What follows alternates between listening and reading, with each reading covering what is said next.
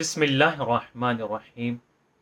توبہ کسے کہا جاتا ہے اور انسان کب توبہ کرتا ہے؟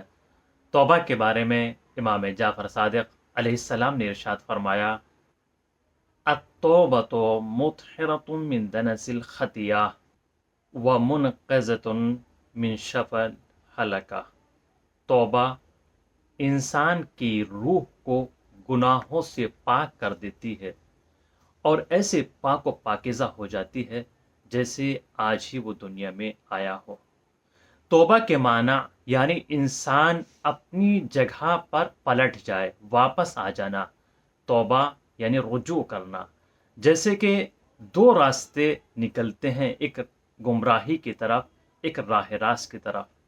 وہ انسان بھولے سے یا جس طرح بھی ہو گمراہی کی طرف چلا جائے، بعد میں اس کو افسوس، شرمندگی، پشیمانی ہو جائے تو پلٹ کر صحیح راستے پر آ جاتا ہے۔ اس کو توبہ کہا جاتا ہے۔ اور اگر ہم مثال کے ذریعے اس کو واضح کریں تو بہت آسانی سے واضح ہو جاتا ہے۔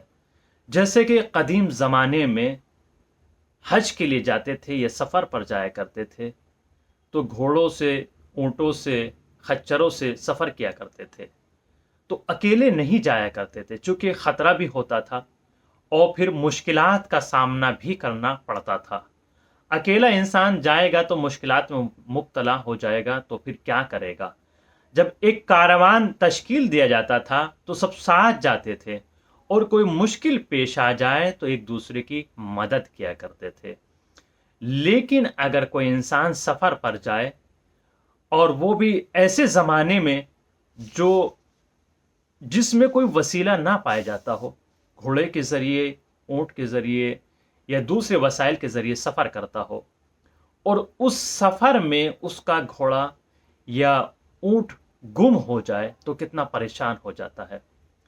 تمام کاروان میں جو افراد ہوتے ہیں اس گھوڑے کی، اس وسیلے کی تلاش میں لگ جاتے ہیں، لیکن جب اس انسان کو وہ کھویا ہوا گھوڑا یا اونٹ مل جائے تو کتنا خوش ہوتا ہے وہ انسان۔ اسی طریقے سے خداوند عالم بھی جب اپنے بندے کو دیکھتا ہے، وہ توبہ کرتا ہے اور واپس پلٹ کر آ جاتا ہے، تو وہ بھی اسی طریقے سے خوش ہوتا ہے جس طرح ایک انسان کا گھوڑا کھو جائے اور اس کے ملنے پر خوشی مناتا ہے۔ اسی طرح خداوند عالم بھی اپنے بندے کے واپس آنے پر بہت خوش ہوتا ہے۔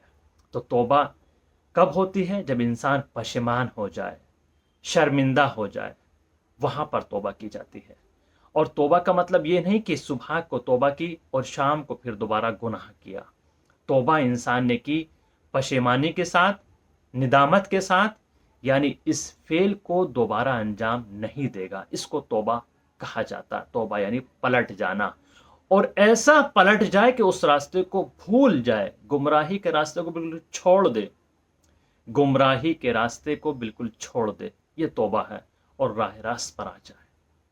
ابھی بھی وقت ہے، نہ جانے کب موت آ جائے، تو اس سے پہلے آپ توبہ کریں، دوسروں کو بتائیے گا۔